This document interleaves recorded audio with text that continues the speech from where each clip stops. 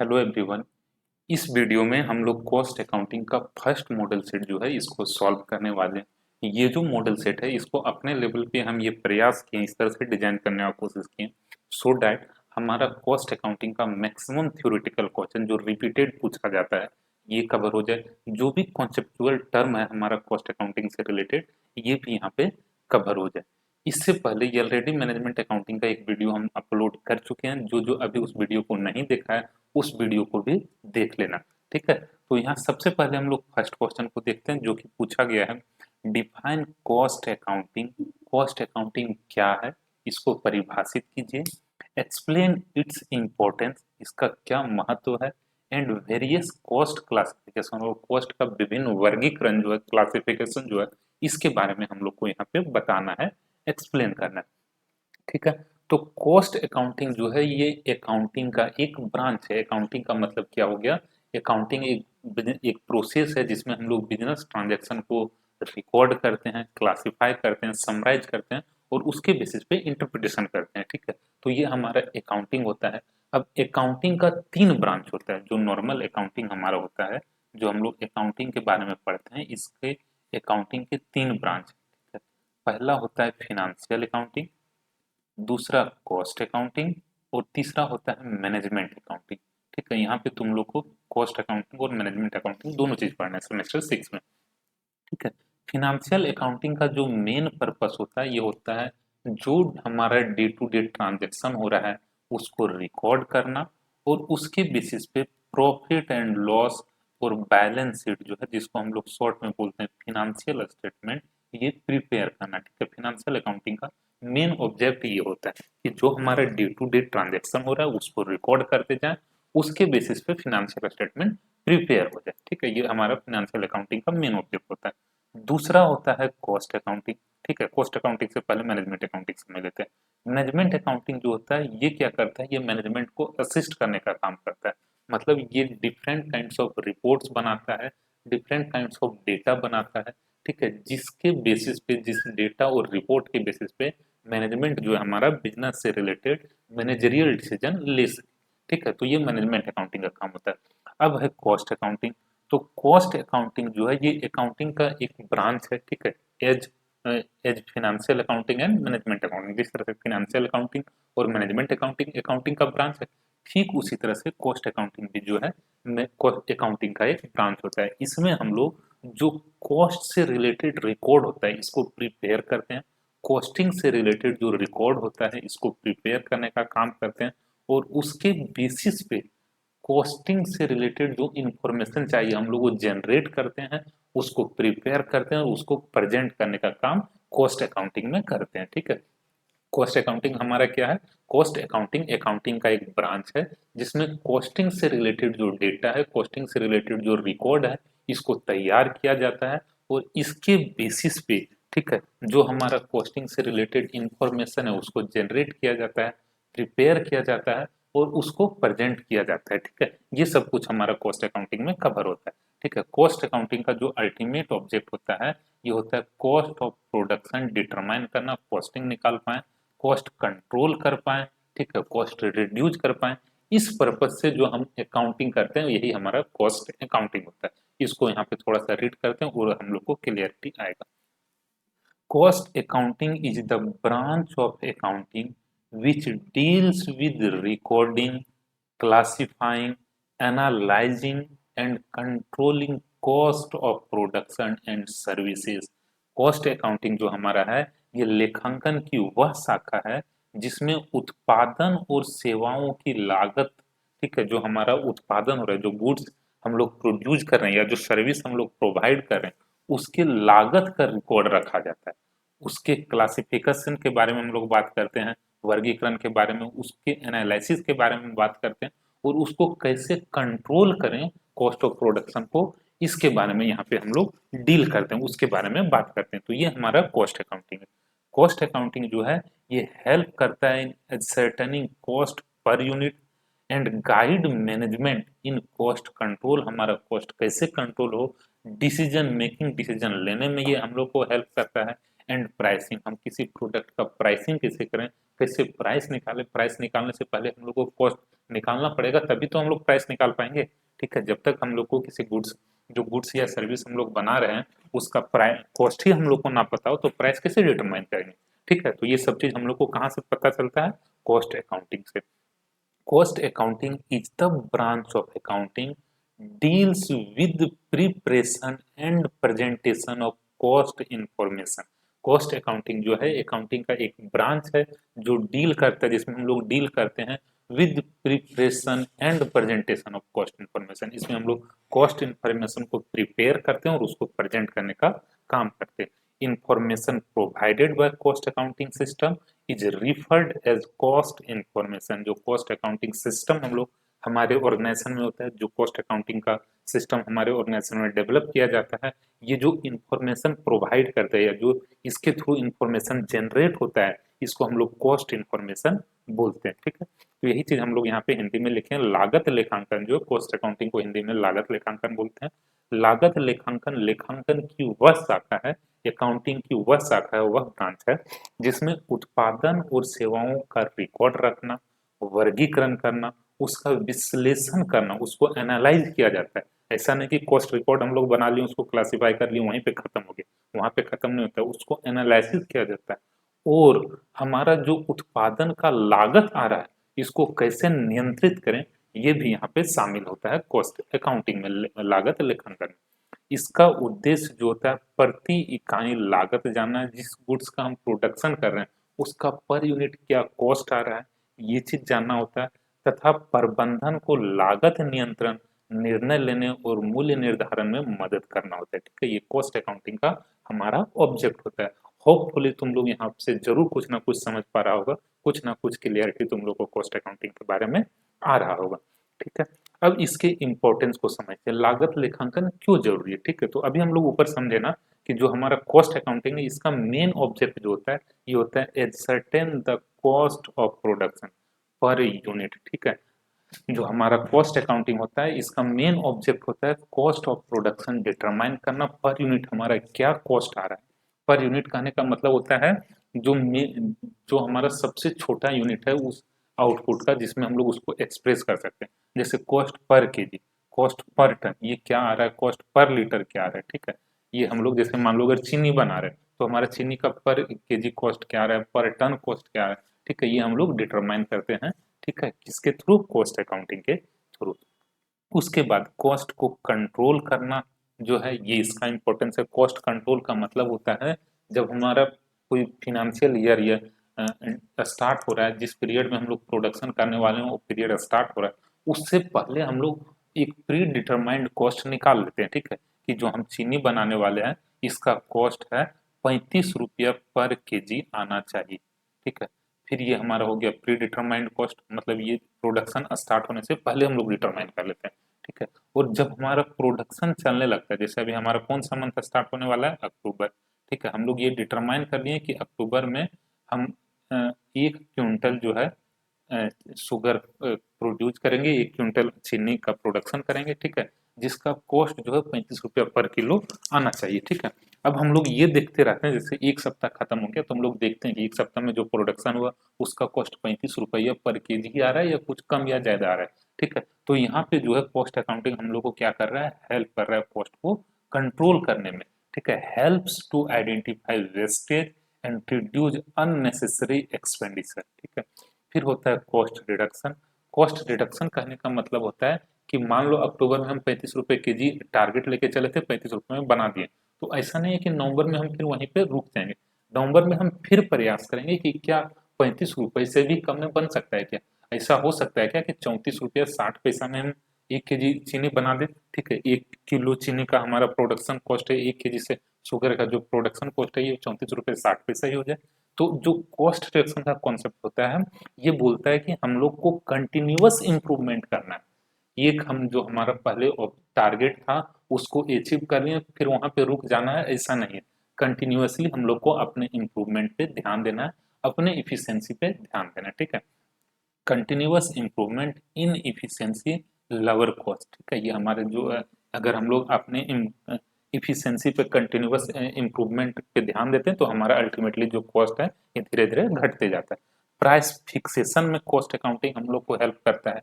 जो हम कॉस्ट निकाल लेते हैं, ठीक है, उसके बाद ही तो हम लोग प्राइस निकाल पाएंगे। Correct pricing of goods and services जो है हम लोग कॉस्ट अकाउंटिंग के थ्रू कर पाते हैं। प्रॉफिटेबिलिटी एनालिसिस में हम लोग को ये हेल्प करता है। Help to know profitable and non profitable product, जो हमारा कॉस्ट अकाउंटिंग है इसके बेसिस से हम लोग को ये पता चलता है कि कौन सा प्रोडक्ट जो है हमारे लिए प्रॉफिटेबल है और कौन सा प्रोडक्ट जो है नॉन प्रॉफिटेबल है, किसमें हम फायदा हमको हो रहा है, किसमें नहीं हो रहा है। मान लो कोई प्रोडक्ट जो है मार्केट में 40 रुपए में बिक रहा है, ठीक है, हम लोग कॉस्ट शीट उसका बनाए, पता चला कि हमारा कॉस्ट जो है ये 40 रुपए 20 पैसा आ रहा है, तो हम लोग यहाँ पे डिसीजन ले पाएंगे कि इसका प्रोडक्शन करना चाहिए या नहीं करना चाहिए। हो सकता है हम लोग को लग रहा है कि मार्केट में ये 40 रुपए में बिक ही रहा है, बट हमारा जो कॉस्ट है 40 रुपए 20 पैसा से कम हो ही नहीं सकता, ठीक है। तो यहाँ पे इस तरह से जो है कॉस्ट अकाउंटिंग हम लोग को हेल्प करता है, ठीक है, प्रॉफिट एनालिसिस में, ठीक है, कि कौन सा प्रोडक्ट हमारा जो है प्रॉफिट में जा रहा है, कौन सा प्रोडक्ट लॉस में जा रहा है। हो सकता है दूसरा कोई प्रोडक्ट है जो 50 रुपए में बिक रहा है और इसका कॉस्ट जो है हमारा 42 रुपया 30 पैसा आ रहा है या 40 पैसा आ रहा है, तो यहाँ पे हम लोग को प्रॉफिट दिख रहा है। तो इस प्रोडक्ट को हम लोग कंटिन्यू करेंगे प्रोडक्शन इसका, और इसका प्रोडक्शन को हो सकता है हम लोग ऐसा डिसाइड कर लें कि इसको क्लोज कर दें, इसका प्रोडक्शन आगे ना करें, क्योंकि यहाँ पे हम लोग को लॉस हो रहा है। तो इस तरह से कॉस्ट अकाउंटिंग जो है हम लोग को प्रॉफिटेबिलिटी एनालिसिस में हेल्प करता है, लाभ का विश्लेषण में हम लोग को हेल्प करता है। फिर हो गया डिसीजन मेकिंग। डिसीजन मेकिंग मतलब निर्णय लेने में हम लोग को ये सहायता करता है। प्रोवाइड से डेटा फॉर मेक और बाय प्रोडक्ट मिक्स, ठीक है, बजटिंग एंड प्लानिंग।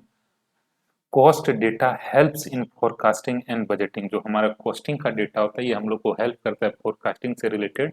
फोरकास्ट करना मतलब फ्यूचर के बारे में अगर कुछ अनुमान लगाना है, जैसे हम लोग के पास प्रीवियस रिकॉर्ड है कॉस्टिंग का, ठीक है, कि कोई प्रोडक्ट हमारा 40 रुपए में बन पा रहा है, तो फ्यूचर में इससे रिलेटेड हम लोग फोरकास्टिंग कर पाते हैं कि हमको 40 रुपए में बन पा रहा है तो इसको 39 पे बनाना है, या 41 रुपए में बेचना है, 42 में बेचना है। इस तरह से रिलेटेड जो हम लोग को फोरकास्टिंग करना होता है ये हम लोग कॉस्टिंग के डेटा के बेसिस पे कर पाते हैं। Inventory control, efficient material usage and stock management, ठीक है। इन्वेंट्री कंट्रोल का मतलब हो गया कि हम लोग स्टॉक को प्रॉपरली मैनेज कर पाते हैं कॉस्ट अकाउंटिंग के थ्रू।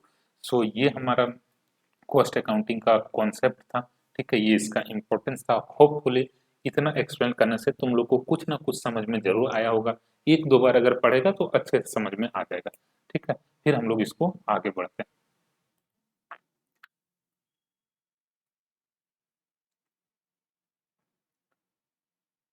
अब आगे है क्लासिफिकेशन ऑफ कॉस्ट। कॉस्ट का क्लासिफिकेशन कितने कितने ग्रुप में इसको क्लासिफाई किया जाता है, इसके बारे में पूछा गया था। अच्छा, इससे पहले अभी हम लोग कॉस्टिंग समझ लिए, ठीक है, कॉस्टिंग के इम्पोर्टेंस को समझ लिए, लेकिन कॉस्ट टर्म को नहीं समझे, ठीक है। तो सबसे पहले हम लोग कॉस्ट टर्म को समझ लेते हैं, कॉस्ट का मतलब क्या होता है, फिर हम लोग कॉस्टिंग के क्लासिफिकेशन के ऊपर जाएंगे, ठीक है। तो कॉस्ट का मतलब क्या होता है ये समझना, ठीक है। जनरली हम लोग कॉस्ट मतलब क्या समझते हैं, मान लो हम लोग मार्केट गए, ठीक है, एक बुक हम लोग खरीद लिए कॉस्ट अकाउंटिंग का, ठीक, कॉस्ट अकाउंटिंग का बुक खरीद लेते हैं, मार्केट में गए, 400 रुपये इसका प्राइस लगा, 400 रुपये दिए, हम लोग कॉस्ट अकाउंटिंग का बुक खरीदे। अब अगर हम तुमसे ये पूछें कि इस बुक का तुम्हारे लिए क्या कॉस्ट, कितना कॉस्ट पड़ा, तो तुम क्या बोलेगा कि इसका 400 रुपये हमको लगा, ठीक है, या 400 रुपये हमारा कॉस्ट आया, ठीक है, ये चीज तुम बता देगा, ठीक है। अब समझना, ठीक है, यहाँ पे कॉस्ट का मतलब हम लोग क्या समझ रहे हैं, जिस प्राइस में हम लोग उस एसेट को एक्वायर किए ये हमारा कॉस्ट था, ठीक है। अब यहाँ पे फिर हम लोग आगे बढ़ते हैं। अब जिस दुकान से हम लोग ये बुक खरीदें, जिस सप्लायर से हम लोग बुक खरीदें, उसके लिए क्या इसका कॉस्ट 400 रुपये होगा या कुछ और होगा, तो हमारा आंसर होगा नहीं, 400 नहीं होगा, उससे कम होगा, तभी तो इसको 400 रुपये में बेचा, ठीक है। तो इसका मतलब ये हुआ, ठीक है, सप्लायर का कॉस्ट कितना रहा होगा, जितना में सप्लायर इसको परचेज किया होगा, ठीक है। हो सकता है इस बुक को 350 360 में परचेज किया हो या 320 में परचेज किया हो, ठीक है। तो सप्लायर जितने प्राइस पे इसको एक्वायर किया ये उसके लिए कॉस्ट हो गया, ठीक है। अब जो बुक को बनाया होगा एक्चुअल में, मान लेते हैं एसपीपीडी पब्लिकेशन है या साहित्य पब्लिकेशन है, ठीक है, जो इस बुक का प्रोडक्शन किया, क्या उसके लिए भी कॉस्ट 400 या 320 रुपये रहा होगा, तो हमारा आंसर होगा नहीं, 320 रुपये से कम रहा होगा, ठीक है। उसका कॉस्ट कितना रहा होगा, 320 रुपये से कम ही रहा होगा, ठीक है। हो सकता है वो इसको 270 में बनाया होगा या 280 में बनाया होगा, ठीक ठीक है। फिर इसमें कुछ 1080 मान लेते हैं उसका कॉस्ट रहा होगा, फिर 40 रुपये प्रॉफिट लेके वो 320 रुपये में सप्लायर को बेच दिया होगा, ठीक है। अब देखना, सप्लाई मैन्युफैक्चरर के लिए जो कॉस्ट का प्राइस है ये अलग हो जा रहा है, सप्लायर के लिए अलग है, हमारे लिए अलग है। इसका मतलब कॉस्ट का मीनिंग जो है ना हर एक पर्सन के लिए अलग होता है। हमारे लिए कॉस्ट का मीनिंग क्या था, जितने में परचेज किए। सप्लायर के लिए कॉस्ट का मीनिंग क्या था, जितने में वो इसको परचेज किया। क्या मैन्युफैक्चरर भी इसको परचेज किया होगा? जो इसका प्रोडक्शन किया वो कहीं से परचेज तो नहीं किया होगा, वो इसको खुद से बनाया होगा। यहाँ पे जो हम लोग को कॉस्ट का कंसेप्ट समझना है ना, ये किसी कंज्यूमर, जो हम लोग थे क्या थे, अल्टीमेटली बुक का कंज्यूमर थे। हम लोग बुक का क्या है, कंज्यूमर है, ठीक है। सप्लायर क्या है, इसका सेलर है बुक का, ठीक है, या रिटेलर है, ठीक है। और जो साहित्य पब्लिकेशन या एसबीपीडी इस बुक का क्या है, प्रोड्यूसर है, ठीक है, जो इसका प्रोडक्शन करने वाला कंपनी, ठीक है। यहाँ पे जो हम लोग को कॉस्टिंग का मीनिंग समझना है, कॉस्ट का जो कंसेप्ट समझना है, ये एक प्रोड्यूसर के पॉइंट ऑफ व्यू से समझना है, ना कि एक कंज्यूमर और एक सेलर के पॉइंट ऑफ व्यू से। एक कंज्यूमर के लिए कॉस्ट का मीनिंग कुछ और हो सकता है, सेलर के लिए कॉस्ट का मीनिंग कुछ और हो सकता है। हम लोग को जो यहाँ पे कॉस्ट का मीनिंग समझना है, ये एक प्रोडक्शन कंपनी करने वाली कंपनी जो है, जो प्रोड्यूसर है, उसके पॉइंट ऑफ व्यू से कॉस्ट का मीनिंग समझना है। अब जो प्रोड्यूसर है उसके लिए कॉस्ट का मीनिंग क्या होगा? एक अगर हम लोग जो प्रोड्यूसर है उसके लिए अगर कॉस्ट का मीनिंग का बात करें, तो उसके लिए प्रोडक्ट कॉस्ट का मतलब होता है कि इस गुड्स को बनाने में, ठीक है, जो भी बुक का हम लोग बात करें, इस बुक को बनाने में वो जो कुछ रिसोर्सेस यूज किया होगा, उसका जो कॉस्ट आया होगा, उसका जो मॉनेटरी वैल्यू होगा, उसी के टोटल को हम लोग यहाँ पे कॉस्ट बोलते हैं। फिर से बोल रहे हैं, समझना, ठीक है।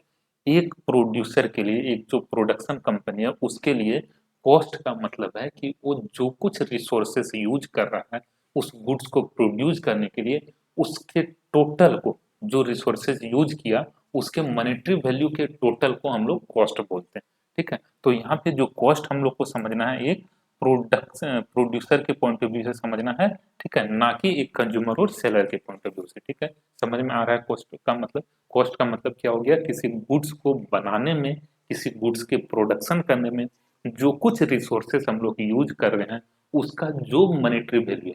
मान लो हमारा कुछ उसमें पेपर लगा होगा, लेबर लगा होगा, मशीन लगा होगा, ये सब क्या है, रिसोर्सेस ही तो है, जो हम लोग प्रोडक्शन करने के लिए, बुक बनाने के लिए यूज कर रहे हैं, ठीक है। जो हम उसमें पेपर यूज किए हैं, जो हमारा उसमें कुछ लेबर लगा होगा, कुछ मशीन यूज हुआ होगा, ठीक है। ये सारा जो रिसोर्सेस हो रहा है, ठीक है, जो रिसोर्सेस उसमें यूज हो रहा है, ठीक है, जितना उसमें पेपर लगा, उसका जो मॉनेटरी वैल्यू मान लेते हैं, जो हमारा बुक है उसको बनाने में 160 रुपए का पेपर लगा, ठीक है। मान लेते हैं उसमें फिर हमारा 80 रुपए का या 60 रुपए का हम मान लेते हैं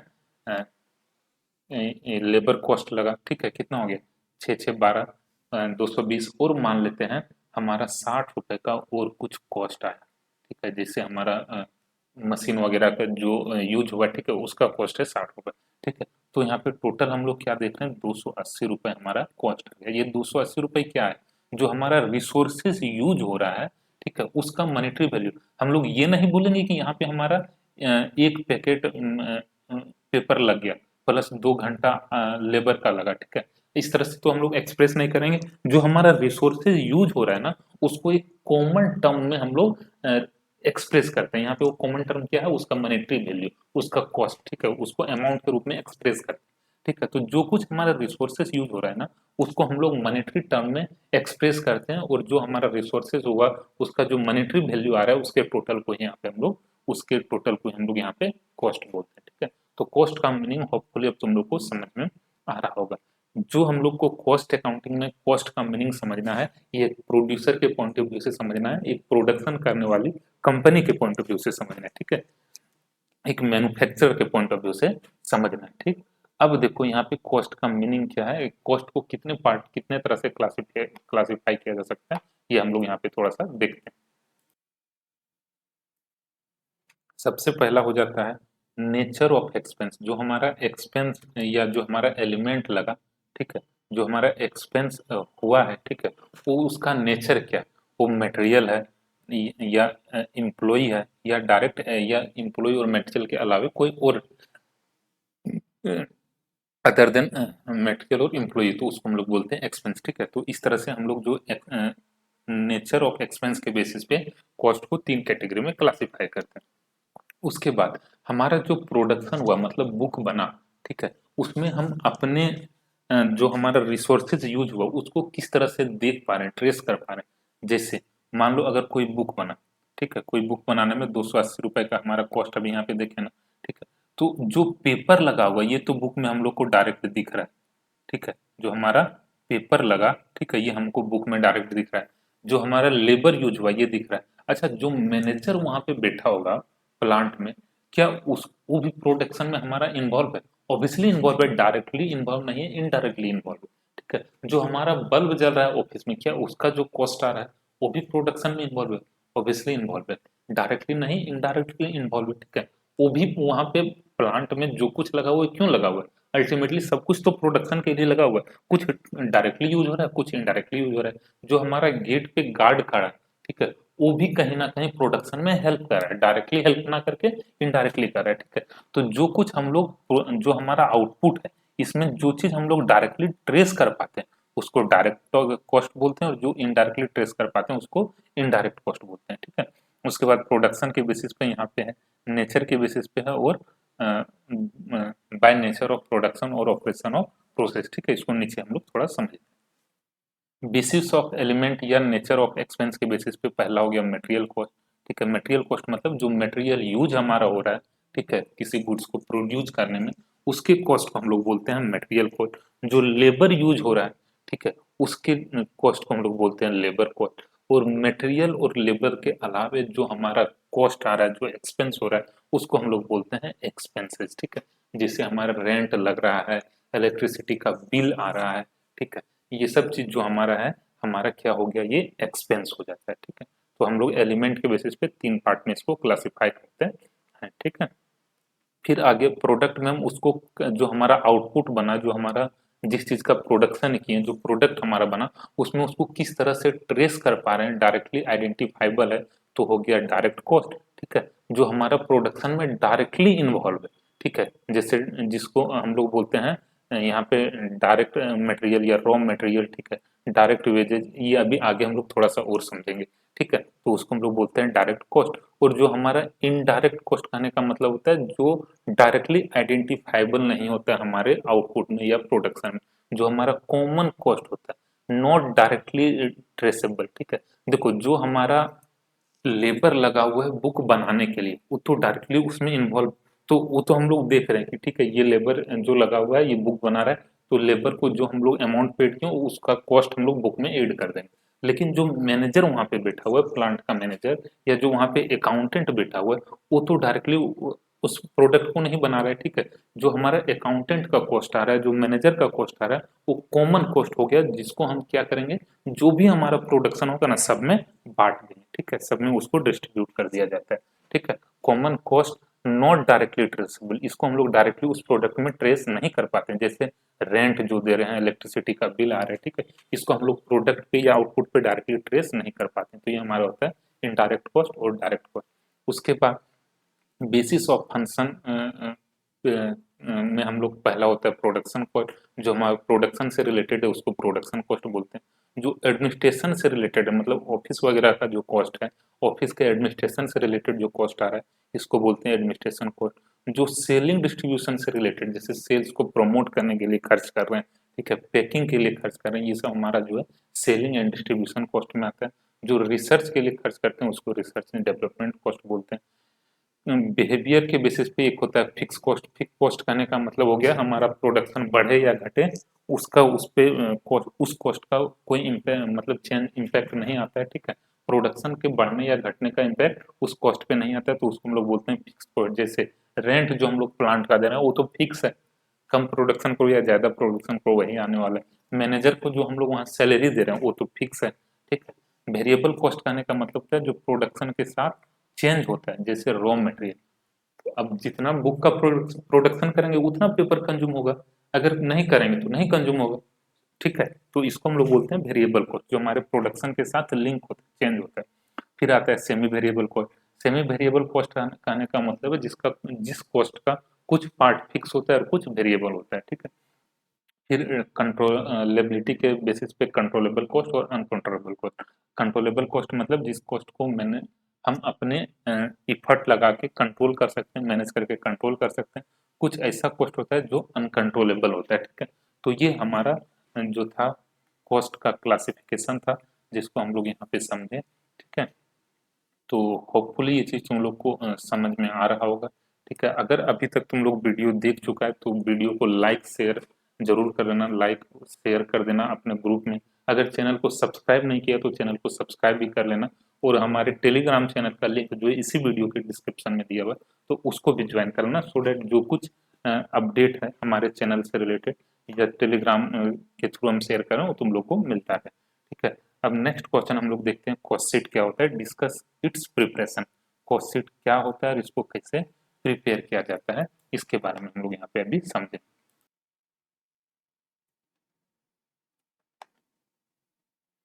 कॉस्ट शीट क्या होता है इसको समझते हैं। देखो, कॉस्ट शीट जो होता है एक स्टेटमेंट होता है जो हमारा टोटल कॉस्ट और कॉस्ट पर यूनिट जो हमारा गुड्स या सर्विसेज का आ रहा है इसको शो करता है ड्यूरिंग अ पीरियड, ठीक है। कॉस्ट शीट जो है ये क्या होता है, मेनली एक स्टेटमेंट होता है, ठीक है। इसको कैसे बनाते हैं यहाँ पे थोड़ा हम लोग देखते हैं। देखो, कॉस्ट शीट का फॉर्मेट जो है कुछ इस तरह से होता है। एक यहाँ पे हम लोग टोटल कॉस्ट लिख लेते हैं, अगर यहाँ पे चाहो तो पर यूनिट कॉस्ट लिख सकते हो, कॉस्ट पर यूनिट जिसको शॉर्ट में बोलते हैं। इधर हमारा पार्टिकुलर्स होता है। सबसे पहले हम लोग यहाँ पे लिखते हैं डायरेक्ट मटेरियल, ठीक है। जिस चीज का हम जिस आइटम का हम लोग कॉस्ट शीट बना रहे हैं, ठीक है, उस उसमें क्या डायरेक्ट मटेरियल का कॉस्ट है ये चीज पहले लिखते हैं। फिर डायरेक्ट लेबर लिखते हैं, फिर हमारा आता है डायरेक्ट एक्सपेंस, ठीक है। तीनों को यहाँ सबसे पहले लिखेंगे। इसके टोटल को हम लोग बोलते हैं प्राइम कॉस्ट, प्राइम कॉस्ट, ठीक है। प्राइम कॉस्ट का मतलब क्या हो गया, direct material, direct labour plus direct expense का टोटल, ठीक है। इस तीनों के टोटल को देखो, हम लोग अभी क्या देखे थे वो वहाँ पे पहले, ठीक है, कि जो हमारा एलिमेंट वाइज होता है, मटेरियल कॉस्ट हो सकता है, लेबर कॉस्ट हो सकता है और एक्सपेंस हो सकता है। फिर मटेरियल जो है दो टाइप का कॉस्ट हो सकता है, कुछ डायरेक्ट मटेरियल, कुछ इनडायरेक्ट मटेरियल। डायरेक्ट मटेरियल मतलब जो हमारा आउटपुट में प्रोडक्शन में डायरेक्टली इन्वॉल्व होता है, और इनडायरेक्ट मटेरियल का मतलब होता है जो प्रोडक्शन में इनडायरेक्टली इन्वॉल्व हो रहा है। जैसे मान लो हमारे प्लांट को चलाने के लिए ग्रीस वगैरह जो यूज हो रहा है, ऑयल वगैरह यूज हो रहा है, ठीक है, ये सब क्या है, एक तरह से मटेरियल का ही तो कॉस्ट है, बट ये सब डायरेक्टली यूज ना होकर के इनडायरेक्टली यूज हो रहा है, ठीक है, इसलिए उसको हम लोग बोलते हैं इनडायरेक्ट इनडायरेक्ट मटेरियल, ठीक है। तो जो डायरेक्ट मटेरियल, डायरेक्ट लेबर और डायरेक्ट एक्सपेंस होता है, इसके टोटल को हम लोग बोलते हैं प्राइम कॉस्ट। प्राइम कॉस्ट में फिर हम लोग ऐड करते हैं फैक्ट्री ओवरहेड। फैक्ट्री ओवरहेड या तो इसको हम लोग बोलते हैं वर्क ओवरहेड, ठीक है। अच्छा, एक चीज और अभी देखना, देखो, जो हमारा direct material, direct labour, direct expense था, इसके टोटल को क्या बोल दिए, प्राइम कॉस्ट। फिर बच क्या जा रहा है, इनडायरेक्ट मटेरियल, इनडायरेक्ट लेबर और इनडायरेक्ट एक्सपेंस। ये तीनों के टोटल को हम लोग बोलते हैं ओवरहेड, ठीक है, ओवरहेड, ठीक है। इनडायरेक्ट मटेरियल, इनडायरेक्ट लेबर और इनडायरेक्ट एक्सपेंस के टोटल को क्या बोलेंगे, ओवरहेड, ठीक है। तो जो हमारा ओवरहेड होता है ना, ये कुछ ओवरहेड मतलब क्या हो गया, जो कॉस्ट हमारा डायरेक्टली प्रोडक्शन में नहीं लग रहा है, सपोर्ट कर रहा है हमारे प्रोडक्शन में, ठीक है।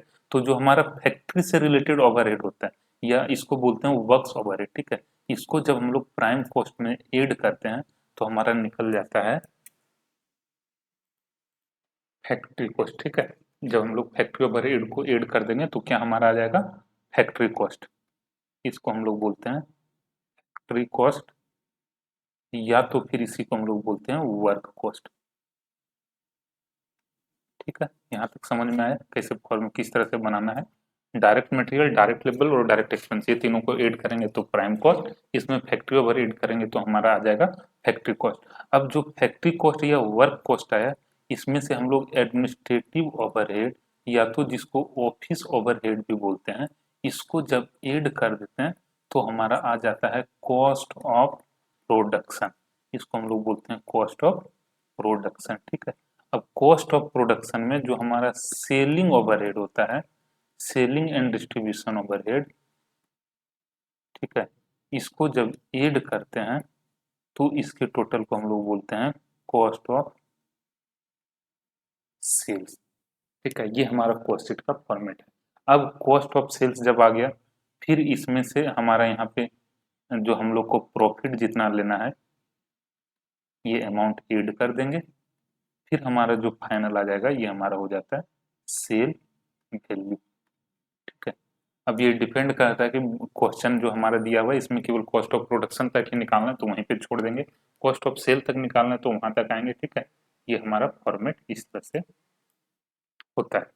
ठीक है, यहाँ पे एक एग्जांपल दिया हुआ है। ठीक है, suppose a company produce 1000 units, कोई एक कंपनी है जो 1000 यूनिट प्रोडक्शन कर रही है जिसमें डायरेक्ट मटेरियल हमारा कितने का लगा, 50,000 का, 20,000 का लेबर और 10,000 का एक्सपेंस। ठीक है, तो ये सबको हम क्या करेंगे, सबसे पहले हम लोग यहाँ पे लिख देंगे।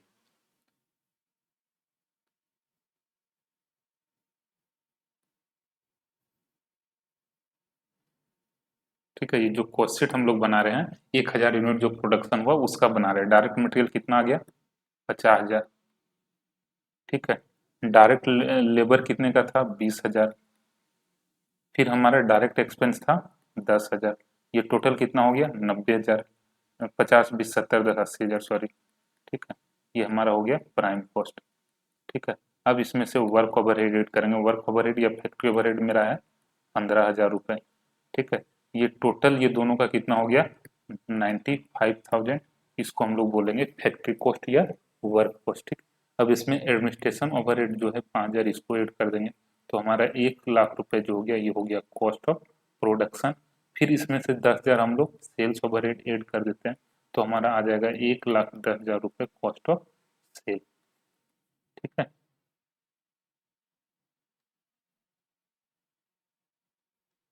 ठीक, इस तरह से हम लोग का ये जो है कॉस्ट शीट बन जाएगा। यहाँ पे प्रॉफिट और सेल्स का अमाउंट नहीं दिखाना था। ठीक है, अगर हम लोग चाहें तो यहाँ पे कॉस्ट पर यूनिट भी दिखा सकते थे। ठीक है, ये टोटल कितने का कॉस्ट था, 1,000 यूनिट का ना, तो यहाँ पे सबको 1,000 से डिवाइड कर दो, ये हमारा आ जाएगा 50, ये आ जाएगा 20। ठीक है, ये आ जाएगा 10, पर यूनिट हमारा प्राइम कॉस्ट हो जाएगा 80। ठीक है, फिर इसी तरह से आगे हम लोग बढ़ते जाएंगे। ठीक है, कॉस्ट पर यूनिट भी यहाँ पे हम लोग दिखा सकते हैं। तो इस तरह से हमारा जो है कॉस्ट शीट बनता है। ये एक स्टेटमेंट के फॉर्म में होता है जो हमारा टोटल कॉस्ट को बताता है, कॉस्ट पर यूनिट जो है गुड्स का आया उसको भी यहाँ पे रिप्रेजेंट करता है। ठीक है, उसको भी यहाँ पे शो करता है। ठीक है, तो ये हमारा कॉस्ट शीट था। इस तरह से हम लोग इसको प्रिपेयर करेंगे। अब आता है explain inventory control technique like JIT, EOQ, kanban. ठीक है, ये सब क्या है इसको यहाँ पे बताना है। ये जो क्वेश्चन है मेरे समझ से लॉन्ग में तो नहीं पूछेगा, शॉर्ट में पूछ सकता है। अब बाकी तुम लोग का अगर दिन खराब चल रहा होगा तो लॉन्ग में पूछ सकता है। ठीक है, वो तो तुम लोग के ऊपर डिपेंड करता है कि तुम लोग का दिन कितना अच्छा चल रहा है। ठीक है, तो इन्वेंट्री कंट्रोल टेक्निक क्या होता है, जैसे जीट, ईओक्यू, कानबान और काइजेन, इसको यहाँ पे बताना है। इन्वेंट्री कंट्रोल करने का मतलब ये हो गया, इन्वेंट्री मतलब क्या, जो हमारा मटेरियल है। ठीक है, मटेरियल कंट्रोल करने का मतलब ये हो गया कि हमारे प्लांट में, हमारे ऑर्गेनाइजेशन में सफिशियंट जो हमारा स्टॉक है वो मेंटेन रहे, जिससे हमारा प्रोडक्शन जो है डिस्टर्ब ना हो, ओवर स्टॉकिंग भी ना हो। ओवर स्टॉकिंग मतलब समझ में आ रहा है, जितना जरूरत है उससे ज्यादा भी ना रहे, क्योंकि ज्यादा रहने से क्या होगा, हमारा कैपिटल ब्लॉक रहेगा।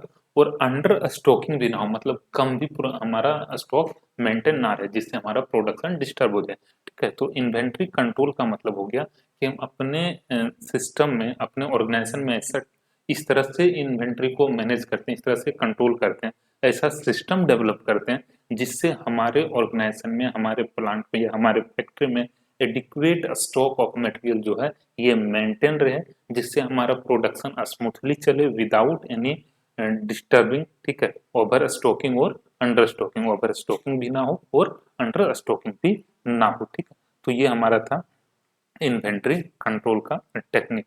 ठीक है, अब यहाँ पे कुछ टेक्निक हम लोग यूज करते हैं, ये मीनिंग था इन्वेंट्री कंट्रोल का। अब इसमें हम लोग कुछ टेक्निक यूज करते हैं, जैसे पहला होता है जीट, जिसको बोलते हैं just in time. Just in time का कॉन्सेप्ट ये बताता है कि मटेरियल हम लोग उसी टाइम परचेज करते हैं और रिसीव करते हैं जब हम लोग को जरूरत पड़े, जस्ट इन टाइम। ठीक है, जब हमारा टाइम पड़ा उसी टाइम, जब हमारा जरूरत है उसी टाइम इसको खरीदना है। ठीक है, इससे हमारा क्या होता है, रिड्यूज कैरिंग कॉस्ट। देखो मटेरियल अपने यहाँ ला के रखेंगे ना तो उसको कैरी करने में भी तो कॉस्ट आ रहा है। ठीक है, उसको रखने का भी तो कॉस्ट आ रहा है। ठीक है, तो ये हमारा क्या बताता है, जस्ट इन टाइम ये बताता है कि हम लोग क्या करते हैं, जब मटेरियल का जरूरत होता है उसी टाइम परचेज करते हैं। तो ये जीट का कॉन्सेप्ट। दूसरा ईओक्यू में क्या होता है, यू क्यू मतलब होता है इकोनॉमिक ऑर्डर क्वांटिटी। ये हम यहाँ पे हम लोग एक फॉर्मूला यूज करते हैं, 2ab डिवाइडेड बाय सी। ठीक है, ये एक फॉर्मूला है जो हम लोग को इकोनॉमिक ऑर्डर क्वांटिटी जिसको बोलते हैं, इससे हम लोग का क्या होता है, ये फॉर्मूला हम लोग को एक क्वांटिटी बताता है कि इतना क्वांटिटी हम लोग को एक बार में ऑर्डर करना चाहिए, जिससे हमारा मटेरियल जो है, मतलब मटेरियल का कॉस्ट जो है ये कंट्रोल में है।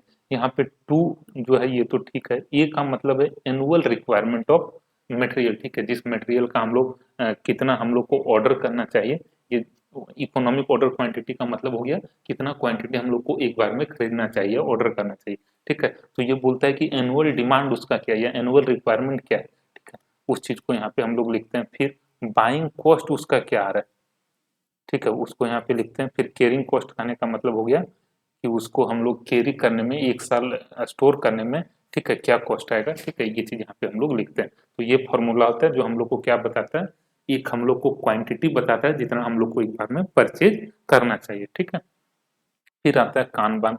कानबान जो है ये method using cards for single signalling when to produce और ऑर्डर। ठीक है, ये हम लोग को क्या करता है, यहाँ पे हम लोग एक कार्ड यूज करते हैं जो हम लोग को सिग्नल देता है कब गुड्स प्रोड्यूस करना चाहिए या ऑर्डर करना चाहिए। Visual control system in lean manufacturing. फिर है काइजन।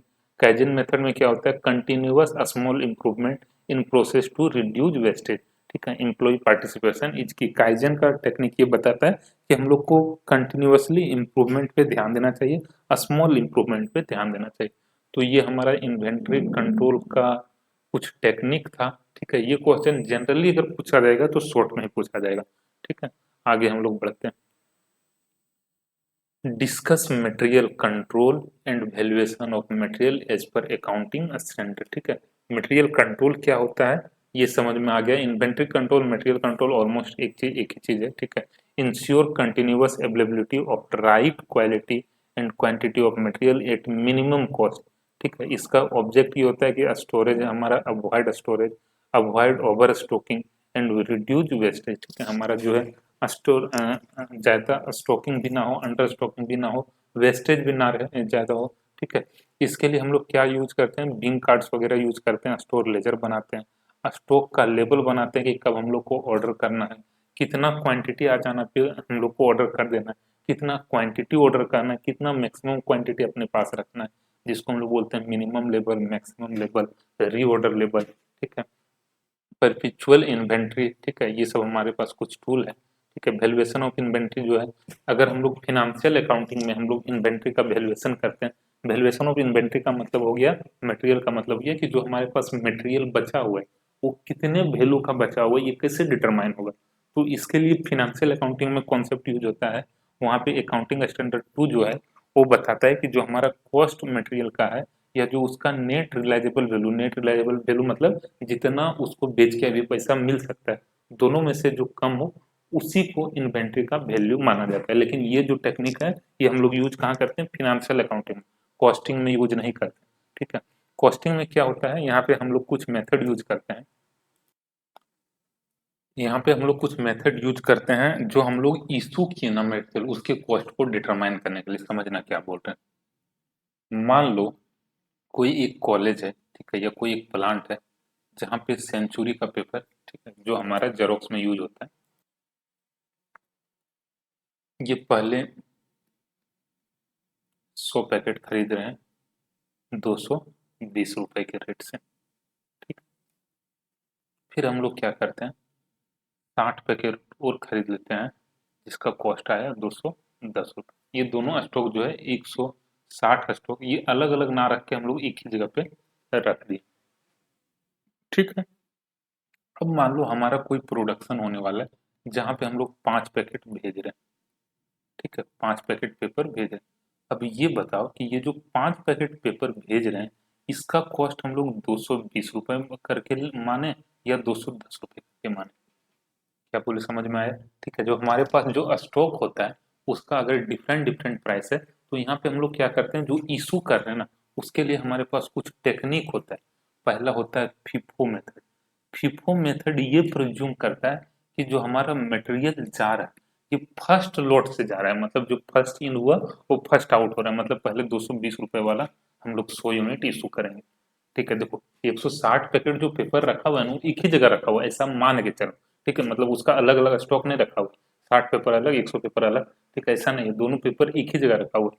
तो और 5 पैकेट अगर हम लोग उसमें दे रहे हैं, तो यहाँ पे फीफो मेथड अगर हम लोग यूज करते हैं तो ये बताता है कि जो हमारा फर्स्ट इन हुआ वही पहले आउट हो रहा है। ठीक है, ऐसा मान के हम लोग जो मटेरियल इशू हो रहा है उसका वैल्यूएशन करते हैं, उसके कॉस्ट को डिटरमाइन करते हैं।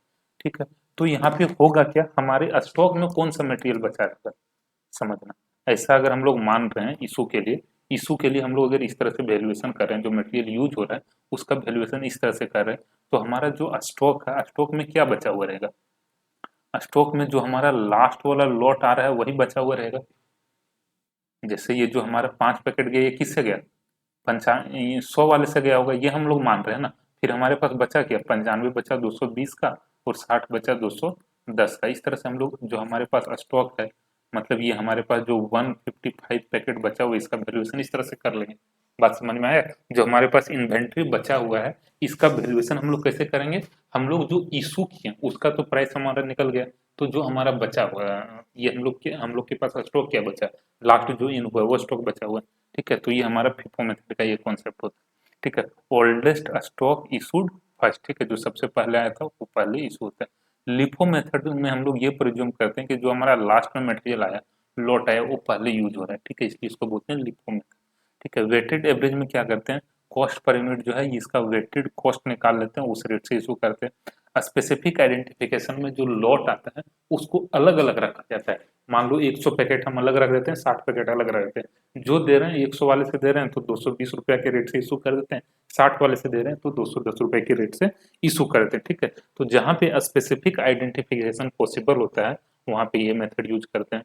ठीक, कहीं पे वेटेड एवरेज मेथड यूज करते हैं, कहीं फिफो यूज होता है और कहीं लिफो यूज होता है। मतलब जो हम लोग मटेरियल इशू कर रहे हैं स्टोर से, जहाँ पे मटेरियल को फैक्ट्री में या प्लांट में रखा जाता है, वहां से जब मटेरियल प्रोडक्शन के लिए जा रहा है तो इशू हो रहा है। ठीक है, उस प्रोडक्शन के लिए इशू हो रहा है। ठीक है, तो इशू के लिए हम लोग कौन सा मेथड यूज कर रहे हैं, उसको किस तरह से वैल्यूएशन कर रहे हैं, उसी के बेसिस पे अल्टीमेटली जो हमारा इन्वेंट्री का वैल्यूएशन डिपेंड करता है। तो ये हमारा था इन्वेंट्री का वैल्यूएशन का कंसेप्ट।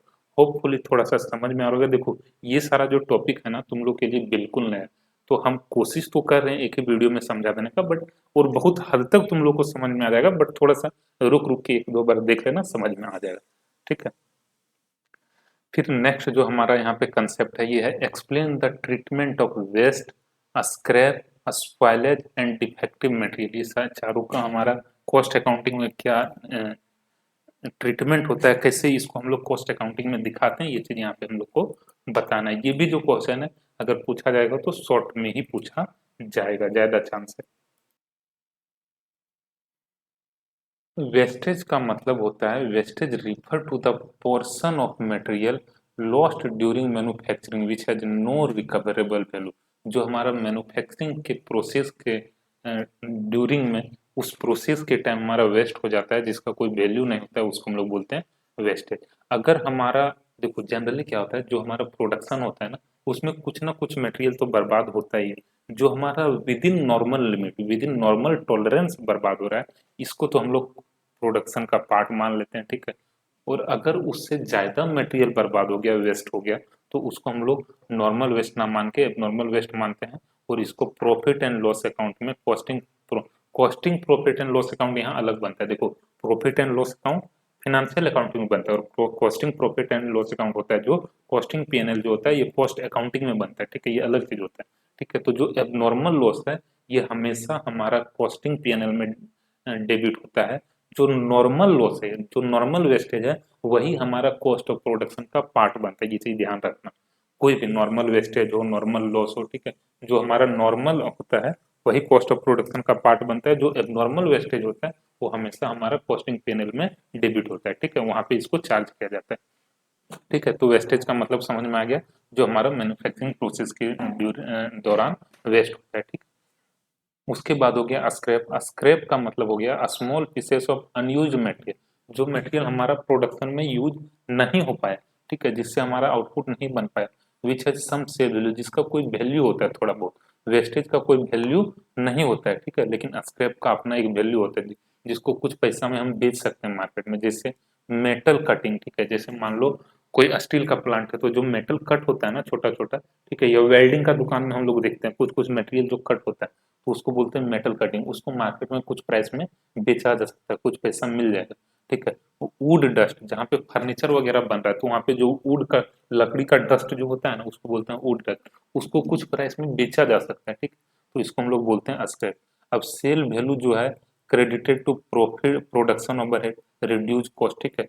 अब जो हमारा सेल वैल्यू उससे आया, जो उसको बेच के कुछ पैसा मिला, इसको हम लोग प्रोडक्शन ओवरहेड में क्रेडिट कर देते हैं। इससे हमारा प्रोडक्शन ओवरहेड जो है घट जाता है, अल्टीमेटली हमारा जो कॉस्ट है वो घटेगा।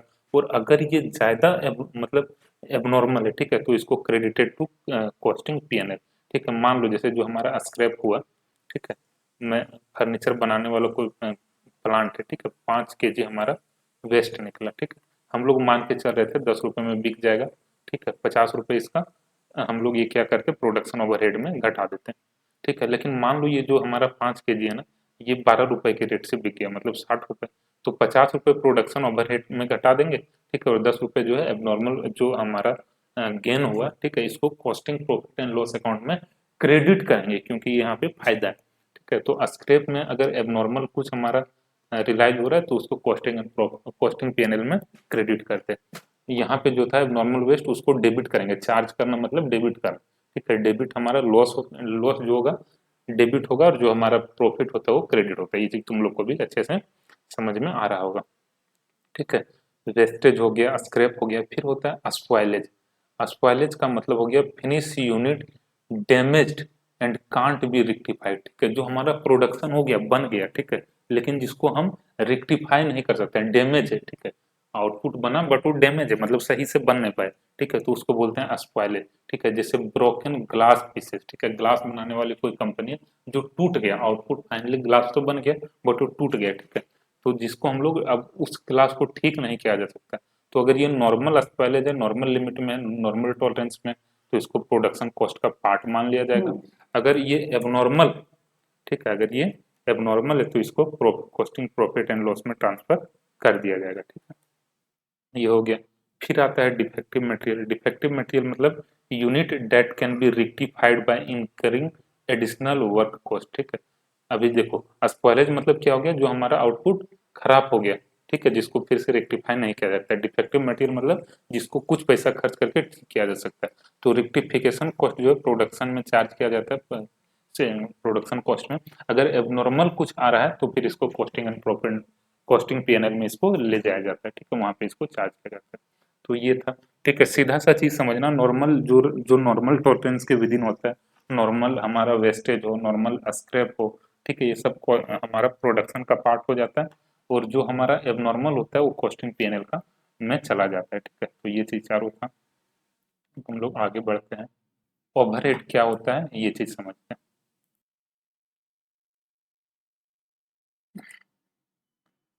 Define overhead, discuss methods of cost absorption and under या ओवर एब्जॉर्प्शन क्या होता है, ये चीज हम लोग को यहाँ पे बताना है। ओवरहेड का मतलब क्या हो गया, जो इनडायरेक्ट कॉस्ट का टोटल है। इनडायरेक्ट कॉस्ट जिसको हम लोग डायरेक्टली आइडेंटिफाई नहीं कर पाते प्रोडक्ट में, स्पेसिफिक प्रोडक्ट में, उसका जो इनडायरेक्ट कॉस्ट का टोटल आ रहा है उसी को हम लोग बोलते हैं over. Overhead are indirect cost that can't be directly identified, directly traced with a specific product या जॉब और service but necessary for production, ठीक है। लेकिन जो प्रोडक्शन के लिए जरूरी होता है, जो प्रोडक्शन में सपोर्ट करता है एंड बिजनेस ऑपरेशन में, उसी को हम लोग बोलते हैं overhead. This includes indirect material, indirect labour और इनडायरेक्ट एक्सपेंस, ठीक। ऊपरी उपरिव्यय जो होता है ये वह अप्रत्यक्ष लागत होता है जिन्हें किसी विशेष उत्पाद जो हम प्रोडक्शन किए हैं उसमें इसको सीधे सीधे नहीं देखा जा सकता, सीधे नहीं जोड़ा जा सकता, लेकिन उत्पादन और व्यवसाय के संचालन के लिए आवश्यक होती है, ठीक है। इसमें अप्रत्यक्ष सामग्री, अप्रत्यक्ष श्रम और अप्रत्यक्ष व्यय जो है शामिल होता है, ठीक है। तो ये चीज हो गया। अब ओवरहेड का क्लासिफिकेशन किस में होगा, फैक्ट्री ओवरहेड जो फैक्ट्री से रिलेटेड खर्च है, एडमिनिस्ट्रेशन ओवरहेड जो एडमिनिस्ट्रेशन से रिलेटेड खर्च होता है, सेलिंग एंड डिस्ट्रीब्यूशन मतलब जो सेलिंग एंड डिस्ट्रीब्यूशन से रिलेटेड है, रिसर्च एंड डेवलपमेंट मतलब जो रिसर्च एंड डेवलपमेंट से रिलेटेड है, ठीक है। उसके बाद देखो, अब जो हमारा डायरेक्ट कॉस्ट होता है, जैसे समझना, हम एक चेयर बनाए, ठीक है, समझना कोई प्लांट में एक चेयर भी बन रहा है, ठीक है, कुछ यहाँ पे टेबल भी बन रहा है, ठीक है, कुछ यहाँ पे हम लोग मान रहे हैं बेड भी बन रहा है, ठीक है।